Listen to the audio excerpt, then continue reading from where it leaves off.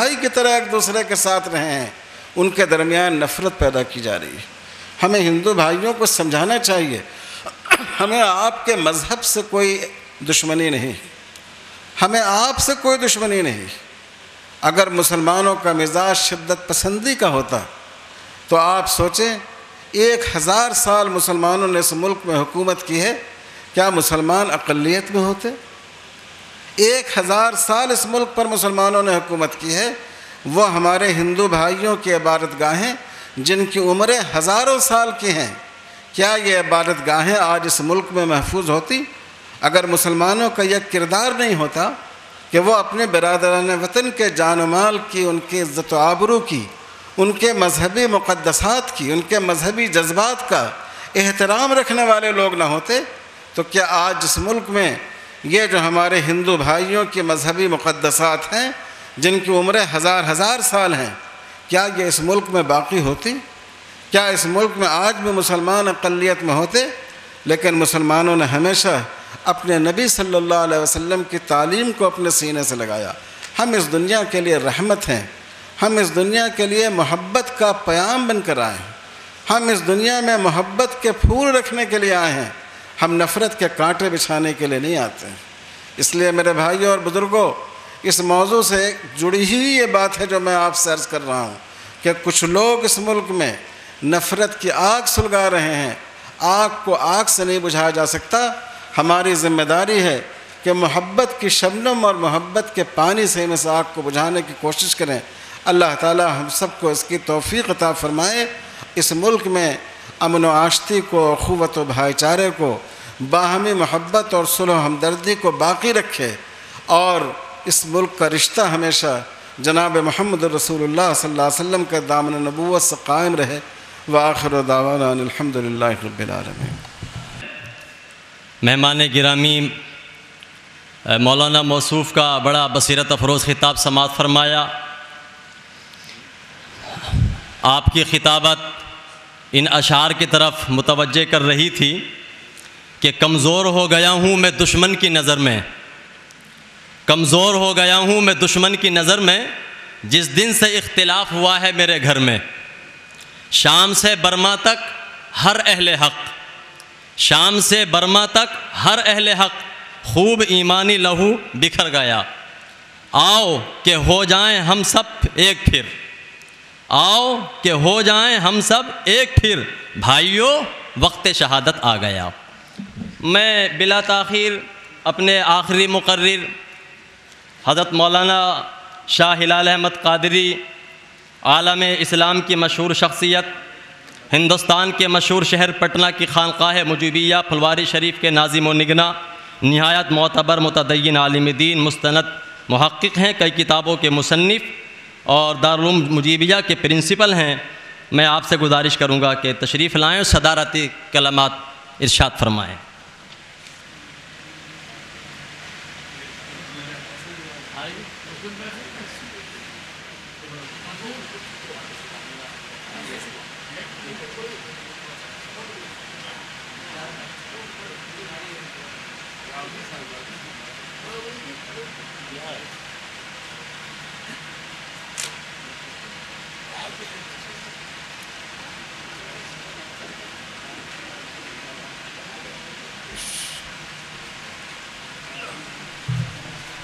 آپ حضرات تھوڑی دیر اور تشریف رکھیے، جلسہ اب ختم ہونے جا رہا ہے۔ شاہ اللہ خان صاحب ڈائس پہ آ جائیں۔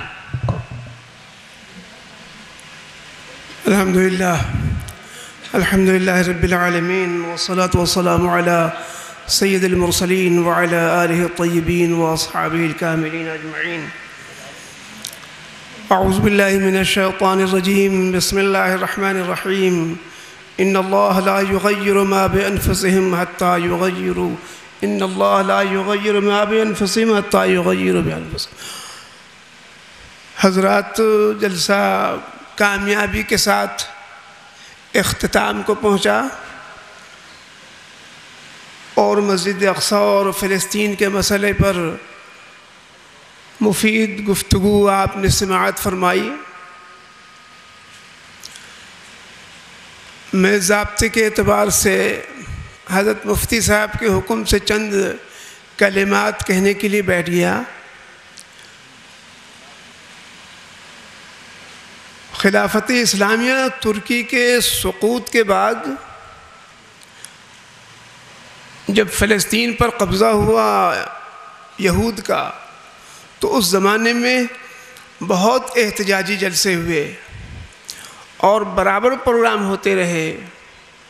خانقاہ مجیبیہ کے سجادہ نشین حضرت مولانا سید شاہ محمد محی الدین قادری امیر شریعت ثانی رحمۃ اللہ علیہ نے ایک دعا لکھ کر کے دی تھی، جو جمعے کے خطبوں میں عرصہ دراز تک پڑھی جاتی رہی، مسجد اقصیٰ کی بازیابی کے لیے۔ ادھر عرصہ دراز سے یہود کے ظلم و ستم بڑھتے رہے، اور ایک بہت عرصے کے بعد ایک بھولی بسری بات کو یہاں رامپور میں تازہ کیا گیا۔ اس مسئلے سے لوگوں کی نظر ہٹ چکی تھی۔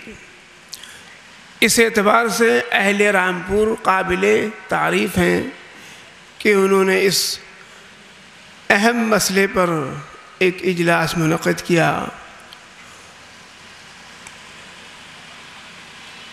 اور یہود آج سے نہیں، شروع سے مسلمانوں کے دشمن ہیں۔ نبی کریم صلی اللہ علیہ وسلم سے ان کی دشمنی معلوم مشہور ہے۔ یہ بات اہل علم جانتے ہیں کہ انبیاء جتنے آئے وہ سب حضرت اسحاق کی اولاد میں آئے۔ سارے پیغمبر اسرائیلی تھے، سب بنی اسرائیل میں پیدا ہوئے۔ جتنے انبیاء ہوئے سب بنی اسرائیل کے انبیاء ہیں، حضرت اسحاق کے اولاد میں ہیں۔ حضرت یعقوب علیہ السلام کا ایک نام اسرائیل تھا، ان کی اولاد میں جو لوگ ہوئے وہ بنی اسرائیل کہلانے لگے۔ ایک زمانے تک، ایک طویل عرصے تک نبوت ایک خاندان میں تھی، اور تقدیر کا فیصلہ بدلا، اور اللہ تعالیٰ نے اس نبوت کی دولت اٹھا کر کے خاندان بنی اسماعیل میں رکھ دی، اور حضرت اسماعیل کے اولاد میں نبی آخر الزمان صلی اللہ علیہ وسلم مبعوث ہوئے۔ یہ ایک بڑی دولت نبوت و رسالت کی جو بنی اسرائیل کے خاندان میں تھی، یہاں سے اٹھا کر کے یہ دولت بنی اسماعیل میں دے دی گئی۔ تو بنی اسماعیل سے اور رسالت مآب صلی اللہ علیہ وسلم سے یہود کا حسد کرنا اصل وجہ یہ ہے۔ ان کے حسد کی اصل وجہ یہ ہے کہ کوئی آخری نبی جن کا ان کو انتظار تھا، اور جس کے بارے میں ان کو یہ یقین تھا کہ انہی کے خاندان میں وہ نبی مبعوث ہوگا، لیکن وہ نبی، آخری نبی حضرت اسماعیل کے اولاد مبعوث کیے گئے۔ تو آخری نبی صلی اللہ علیہ وسلم نے یثرب پر مدینہ طیبہ میں جب ہجرت کی، اور ہجرت کر کے جب مدینہ میں قیام فرمایا، تو بنی اسرائیل سے مفاہمت کی اور ان سے تعلقات بہتر رکھنے کی کوشش کی، لیکن جب یہود کی سازشیں زیادہ بڑھیں تو ان سے جنگ کی نوبت آئی۔ شروع میں اللہ کے حبیب صلی اللہ علیہ وسلم نے جنگ نہیں کی۔ جب ان کی سازشیں اور ان کے فتنے بڑھنے لگے تو جنگ کی نوبت آئی، اور جنگ کی نوبت آئی تو ان کو شکستیں ہونے لگیں، ان کے تمام قلعے ان کے ہاتھ سے نکل گئے، اور مدینہ طیبہ کا پرانا نام یثرب بدل کر کے سرور عالم صلی اللہ علیہ وسلم نے اس کو مدینہ نام رکھا۔ اور اب مدینہ میں یہود کا غلبہ بھی ختم ہو گیا، یہود نکال دیے گئے۔ وہ دشمنی یہود کے دل میں آج تک موجود ہے، مدینے سے نکالے جانے کا غم آج بھی موجود ہے۔ حقیقت یہ ہے کہ ان کو نکالا نہیں گیا، وہ اپنی حرکتوں سے نکلے وہاں سے، اور وہ ان کا نشانہ مکہ اور مدینہ ہے، صرف بیت المقدس نہیں ہے۔ بیت المقدس میں ان کا قبضہ ان کے مقاصد کے اعتبار سے ابھی تو ہو گیا، لیکن اس بات کا یقین رکھیے کہ یہود اور اسرائیل اپنے آخری انجام کی طرف بڑھ رہے ہیں۔ وہ پیشین گوئی جو رسالت مآب صلی اللہ علیہ وسلم نے کی تھی، ملحمہ کبریٰ کی پیشین گوئی کی تھی کہ قیامت سے پہلے ایک بڑی جنگ ہوگی یہود سے اور مسلمانوں سے، جس میں یہود مارے جائیں گے۔ جس وقت یہ بات ارشاد فرمائی گئی اس وقت یہود کے پیروں کے نیچے زمین نہیں تھی، اور آج یہود ایک ملک کے مالک ہیں، طاقت بھی ان کے پاس، قوت بھی ان کو حاصل ہے، علم بھی ان کو اچھا خاصا ہو چکا ہے، ہر اعتبار سے وہ دنیا میں ابھی بہترین قوم سمجھے جاتے ہیں، ذہانت کے اعتبار سے، تعلیم کے اعتبار سے، مالی وسائل کے اعتبار سے، اور ظلم و ستم میں بھی سب سے آگے ہیں۔ وہ جس وقت وہ بات کہی گئی تھی، وہ حدیث بیان کی گئی تھی، وہ جنگ کرنے کے لائق نہیں تھے۔ جنگ ہمیشہ اسی سے کی جاتی ہے جو طاقتور ہوا کرتا ہے، کمزور اور بکھرے لوگوں سے جنگ نہیں ہوتی ہے۔ جس وقت یہ ارشاد ہوا تھا یہ سب بکھرے ہوئے تھے، یہ دنیا میں کہیں ان کو عزت حاصل نہیں تھی، اور اب یہ ایک طاقت رکھتے ہیں۔ پیشین گوئی کا آدھا حصہ پورا ہو چکا ہے اور آدھا حصہ باقی ہے۔ وہ جنگ ملحمہ کبریٰ، بڑی جنگ جس کو جنگ عظیم بھی کہہ سکتے ہیں، وہ ہوگی۔ تو یہود اپنے انجام کی طرف بڑھ رہے ہیں، ظلم و ستم ان کا حد سے زیادہ ہو گیا ہے، اور نصارہ نے ملت اسلامیہ کی جڑیں اکھیڑنے کے لیے یہود سے ساز باز کر رکھا ہے۔ ان کا اتحاد یہود سے، یہود کے سب سے بڑے دشمن نصارہ ہیں۔ وہ نصارہ یہود کو قاتلان مسیح سمجھتے ہیں، اور ہمیشہ اور ہر زمانے میں ان کو مارتے رہے، ان کو اپنے شہر سے نکالتے رہے۔ مسلمانوں نے اپنے ملکوں میں پناہ دی ان کو، لیکن یہ فتنہ اور سازش اس قوم کی ایک فطرت ثانیہ بن چکی ہے، اور اللہ سے بس دعا ہی کرنے کی ہے، اور کوئی تدبیر کسی ملک کے مسلمان نہیں کر سکتے ہیں۔ وہ عرب کر سکتے ہیں، عرب حکمراں کر سکتے ہیں، لیکن عرب جن کی صفت میں غیرت اور حمیت داخل تھی، جن کی سرشت میں، وہ سب نکل چکی ہے۔ وہ بے حمیت اور بے ضمیر عرب، ان کو اب مسجد اقصیٰ کی کوئی فکر نہیں ہے، ان کو اپنی اپنی سلطنتیں بچانے کی فکر ہے۔ اس لیے اب وہ ہر معاملے میں یہود کی حمایت میں ہیں، ان کا ساتھ دے رہے ہیں۔ کسی کا ساتھ کھلا ہوا ہے، کسی کا ساتھ اور کسی کے تعلقات خفیہ ہیں۔ فیصلے کا ایک اللہ تعالیٰ نے ایک دن متعین کر رکھا ہے، وَجَعَلْنَا لِمَهْلِكِهِمْ مَوْعِدًا، ہم نے دشمنوں کی ہلاکت کا ایک دن متعین کر رکھا ہے۔ تو ہلاکت کا ایک دن ہے، وہ آ کر کے رہے گا، اور قوم اپنے انجام کی طرف بڑھ رہی ہے۔ ہمارے لیے دعاؤں کی ایک صورت باقی رہتی ہے کہ وہ دعائیں جو ان کے فلسطین پہ قبضے کے زمانے میں کی جا رہی تھیں، پھر درمیان میں اس کا سلسلہ بند ہوا، وہ دعائیں پھر سلسلہ جاری ہو، اور لوگ دعا کرتے رہیں، اپنے بچوں کو فلسطین اور مسئلہ مسجد اقصیٰ کے بارے میں بتاتے رہیں کہ وہ مسلمانوں کا قبلہ اول رہا ہے اور اس کی کیا اہمیت ہے۔ معراج میں آسمانی سفر کا آغاز اسی مسجد اقصیٰ سے ہوا، بیت المقدس سے، تو مسلمانوں کے لیے ایک مقدس جگہ ہے، اور ہم اس عہد زمانے کو شاید کہ نہیں دیکھیں، امید نہیں ہے کہ ہم دیکھیں گے، شاید آنے والی نسلیں ہماری یہ دیکھ لیں کہ بیت المقدس پھر مسلمانوں کے ہاتھ میں آ گیا، اور پھر اس کی حرمت بحال ہوئی۔ ابھی جو اس کی حرمت پامال ہو رہی ہے، اس کے لیے اللہ سے دعا ہی کرنے کی ضرورت ہے۔ اللہ تعالی ہم لوگوں کو کے اندر اور ہماری اس مسلم حکمرانوں کے دلوں میں اتحاد پیدا کرے کہ وہ آپس میں ایک دوسرے سے مل کر کے دشمنوں کے لیے بنیان مرصوص بنے۔ سارا قصور انہی کا ہے، ساری غلطیاں انہی کی ہیں۔ نہ نصارہ طاقتور ہوئے، نہ یہود طاقتور ہیں، ہم کمزور ہو گئے، اپنی ایمان کے اعتبار سے کمزور ہو گئے، اپنی فکر کے اعتبار سے کمزور ہو گئے، اور اپنی قوت کے اعتبار سے کم ہو گئے۔ ورنہ قرآن نے بہت پہلے اعلان کر دیا تھا، وَأَعِدُّوا لَهُم مَا اسْتَطَعْتُم مِّنْ خَيْلٍ، لِتُرْهِبُوا بِهِ عَدُوَّ اللَّهِ، تم اپنے ہتھیاروں سے گھوڑے جمع کر کے طاقت حاصل کرو اور اپنے اور اللہ کے دشمنوں کو ڈراتے رہو۔ تو اللہ تعالیٰ نے تو ایک راستہ بتایا، قوم نے اس کو چھوڑ دیا۔ وہ اب کوئی کسی صلاح الدین کے پیدا ہونے کی کوئی امید نظر نہیں آتی ہے، اور کوئی صلاح الدین، وہ صلاح الدین اٹھا بھی تھا تو اس کی پوری زندگی اپنی قوم سے لڑنے میں گزر گئی۔ عرب حکمرانوں سے لڑنے کے بعد سب سے آخر میں اس کی جنگ بیت المقدس کے لیے ہوئی، اور بیت المقدس کے راستے تک، وہاں تک پہنچنے کے لیے اس نے بڑی قربانیاں دی، پوری اس کی جوانی کے ایام اس میں گزر گئے، تب جا کر کے اس کو اپنی ہی قوم سے لڑتے لڑتے ایک طویل وقت گزرا تو بیت المقدس تک پہنچا۔ تو اب آگے کیا ہوتا ہے، تقدیر کیا فیصلہ سناتی ہے اور اللہ تعالیٰ کا کیا فیصلہ ہے۔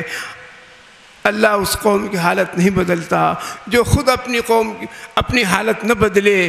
ہمارے درمیان میں اتحاد پوری دنیا میں نہیں ہے، اور ہمارے اس ہندوستان میں بھی نہیں ہے، اور ہمیں ضرورت اتحاد کی ہے، بھائی چارے کی ہے۔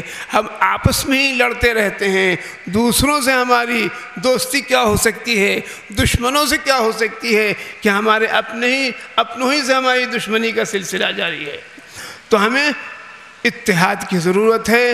جب تک ہم متحد نہیں ہوں گے، اس زمانے میں اتحاد کی بات کرتے ہوئے ایسا لگتا ہے کہ ہم لفظ اتحاد کا ایک مذاق اڑا رہے ہیں۔ جو انتشار کی کیفیت ہمارے ملک میں ہے اور دنیا بھر میں ہے، تو اتحاد کی باتیں کرنی بھی ایک فسانہ لگتا ہے۔ لیکن بہرحال اللہ کے لیے کوئی چیز مشکل نہیں ہے کہ وہ دلوں کو جوڑ دے اور ٹوٹی اور بکھری ہوئی جماعت کو پھر متحد کر دے۔ اللہ تعالیٰ سے امیدیں رکھیں اور اللہ سے کہ آگے ہاتھ پھیلاتے رہیں، دعائیں کرتے رہیں کہ فلسطین کے بے پناہوں کی حالات بدلیں اور فلسطین کے مظلوموں کو انصاف ملے، اور ہندوستان میں کے رہنے والے مسلمان بھی متحد ہو کر کے رہیں اور ان کے مسائل بھی حل ہوتے رہیں۔ وآخر دعوانا ان الحمدللہ رب العالمین۔ خطاب فرمایا۔ اب میں اختتامی کلمات کے لیے شعبہ عربی کے مدرسہ جامع الفرقانیہ کے استاذ حضرت مولانا قاری اختر علی صاحب شمسی سے گزارش کرتا ہوں کہ وہ مائک پر تشریف لائیں اور اختتامی کلمات ارشاد فرما دیں۔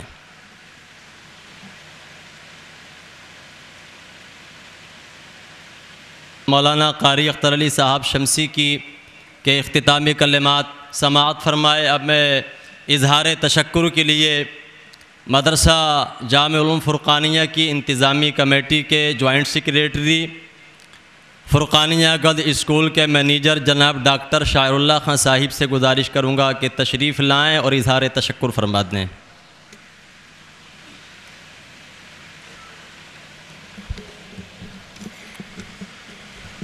حضرات، آج کے اس عظیم الشان جلسے کے سلسلے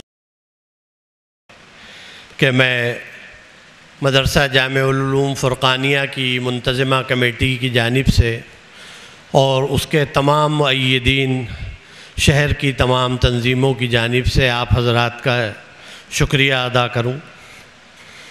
شمالی ہند کے اس خطۂ روہیل کھنڈ کے مسلمانان کی جانب سے منعقد ہونے والے اس عظیم الشان اجلاس میں آپ حضرات نے جس ذوق و شوق سے شرکت فرمائی، اس کے لیے ہم تمام منتظمین آپ کے شکر گزار ہیں۔ ہم شکر گزار ہیں انتظام سے وابستہ کمیٹیوں کے تمام اراکین کے، جنہوں نے نہایت لگن اور ہمت سے اپنی ذمہ داریوں کو نبھایا۔ ہم شکر گزار ہیں میڈیا کے ان دونوں زمروں کے اراکین کے، جنہیں ہم پرنٹ میڈیا اور الیکٹرانک میڈیا کے نام سے جانتے ہیں۔ ان حضرات نے نہایت عمدگی کے ساتھ جلسے سے قبل کی اور آج کی بھی نہایت عمدگی کے ساتھ کوریج کی۔ ہم شکر گزار ہیں ضلع انتظامیہ اور پولیس انتظامیہ کے آفیسران کے بھی، جنہوں نے بروقت ہماری مدد کی۔ اس کے علاوہ رامپور میونسپل بورڈ کے ذمہ داران اور چیئرمین صاحب کے بھی ہم شکر گزار ہیں کہ جنہوں نے اس میدان کے رکھ رکھاؤ کے سلسلے میں ہمارے ساتھ تعاون کیا۔ اللہ تعالیٰ ان تمام حضرات کو اجر عظیم عطا فرمائے۔ معزز سامعین حضرات، آج کے اس عظیم الشان اجلاس سے جو تأثر حاصل ہو رہا ہے وہ یہ کہ مسلمانوں کو، تمام علماء کرام کو، تمام مکاتب فکر اور تمام مسلک کے حضرات کو متحد ہو کر، متفق ہو کر اپنی آواز کو بلند کرنے کی ضرورت ہے۔ اگر ہم اسی طرح خاموش رہے اور آپس میں انتشار کا شکار رہے تو وہ دن دور نہیں کہ جیسے آج یہودی مسجد اقصی پر قبضہ کرنے کی کوشش کر رہے ہیں، آنے والے وقت میں حرمین شریفین پر، مسجد حرام پر، مسجد نبوی پر بھی قبضہ کرنے کی کوشش کریں گے اور ہمارے مذہبی مقدس مقامات پر اور مدارس پر بھی قبضہ کرنے کی کوشش کریں گے۔ اس لیے ہمیں اپنے مسلک کو، اپنے مکتبہ فکر کو علیحدہ رکھ کر ملت اور مذہب کے مسئلے پر ایک جگہ پر جمع ہونا ہے اور یہودیوں کو اپنی آواز پہنچانا ہے تاکہ اپنے ناپاک منصوبے